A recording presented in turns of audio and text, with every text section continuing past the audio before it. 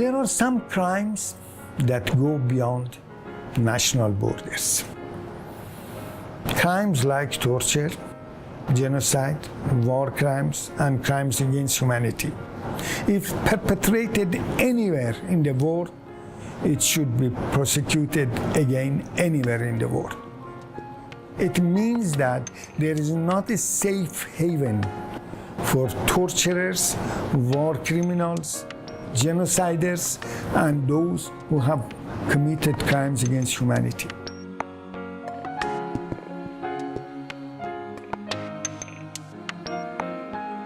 When there are some international crime, there should be international justice. There should be a mechanism to bring these people to justice easily in any country. And there should be collaboration among nations to address the problem of impunity.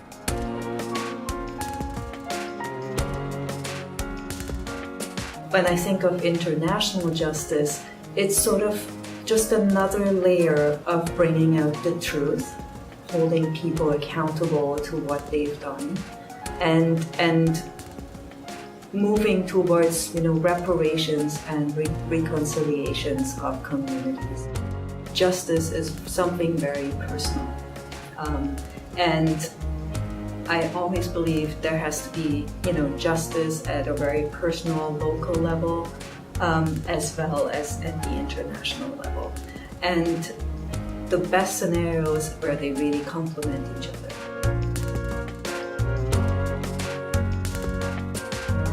International justice can happen in many forms. The UN has many different mechanisms for people around the world to seek justice. And there's the International Criminal Court, where obviously that's their job. For many people, they even feeling they have access to justice just by telling their story of what happened to them and getting that validation, that this is something that's totally unacceptable and cannot happen again. And the international community is working towards ensuring that this is what's going to happen. International justice is the basic understanding of values of human rights and human respecting each other and understanding each other's rights and freedom. So if there's no law, international law, then nothing will function properly. As Canadians, we can't say, this is happening back home and we don't care, because we are connected. We have trading with those countries, we do back and forth, we will go there, come back. So if we don't act now, that will come here too. It will affect us initially, later on, it might act. So we have to take some action. And human being is a human being anywhere, whether it's Sri Lanka or Canada. So as Canadians, we have to act. The international justice for me is really a project that intends to remind us,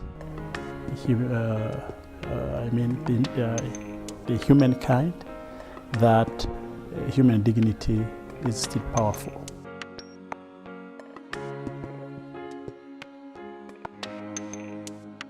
I think international criminal justice is a way to ensure that human rights are respected all over.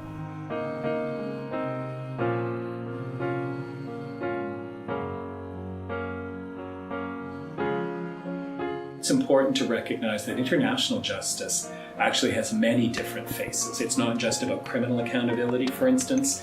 It's about civil redress. It's about ensuring compensation for individuals who have suffered terrible harm. Sometimes it's about using our immigration processes to perhaps exclude someone from a country or bar them from entering a country before they even try to get there.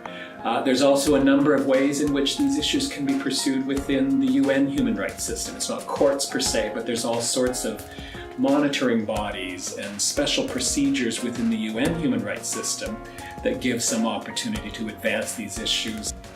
International justice means that individuals who commit or are in any way responsible for terrible human rights violations are held accountable for what they've done, and those who have suffered those violations receive the redress and compensation that is their basic right. One thing we should never lose sight of when it comes to international justice is sometimes it simply matters because it's the right thing to do. Even if we never get the conviction, even if we never get the big court order for $1 million settlement, sometimes it's the right thing to do because it says to victims and survivors, you do not stand alone, you have not been forgotten, your struggle is a shared struggle, and you do have a right to demand that there be justice for what you have been through.